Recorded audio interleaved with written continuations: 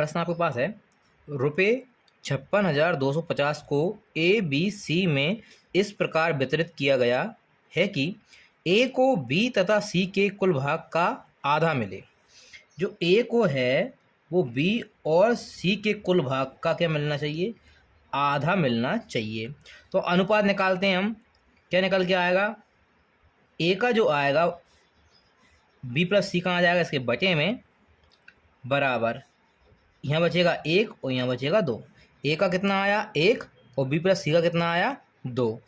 उसने वो क्या बोला है 56,250 को, तो हम ए का निकाल लेते हैं इससे। ए का भाग बी के भाग से कितना अधिक है, तो ए और बी का आपको निकालना पड़ेगा। किस प्रकार निकालते हैं, ये है आपका 56,250, किसका निकालना, ए का है 1 और टोटल लिखते हैं अपन नीचे, तो 2 और 1 कितने हो गए 3।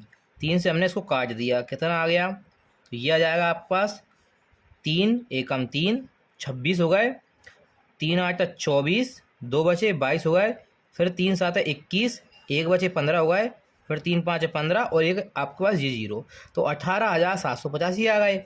ये आपका ए का हिस्सा आ गया। फिर बोला है तथा बी को ए तथा सी के कुल भाग का 1/4 मिले। अब जो बी को मिलता है वो क्या है, ए और सी के कुल भाग का 1/4, मतलब ए प्लस सी बटे में 4। इसी प्रकार करते हैं, बी आपका ऊपर रह जाएगा, ए प्लस सी कहाँ आ जाएगा, इसके डिवाइड में आ जाएगा। तो आपका ऊपर कितना बचेगा 1 और यहाँ कितना बचेगा 4, है ना। तो बी का भाग कितना है 1 और ए प्लस सी का टोटल मिला कितना है 4।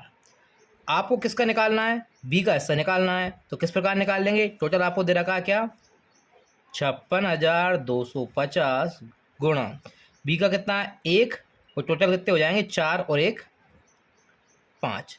5 से इसको हम काट देते हैं, तो आपके पास कितना आएगा, 5 से काटा 5 एकम 5, फिर 5 एकम 5, फिर कितना 12 हो जाएंगे, फिर 5 दूनी 10, 2 हो जाएंगे 25, 5 25 और एक आपका 0। ठीक है, ये आपका किसका हिस्सा आ गया, ये आपका बी का आ गया। फिर बोला है ए का भाग बी के भाग से कितना अधिक है, ए का भाग बी के भाग से कितना अधिक है, मतलब इनका अंतर निकाल लेते हैं। तो हम इसमें से इसको घटा देते हैं। ठीक है, ये 0, ये भी 0, 7 में से 2 गए कितने बचते हैं 5, 8 में से 1 गए 7, 1 में से 1 गए 0, तो 7,500 का इनका अंतर है। यही आपके क्वेश्चन का आंसर है।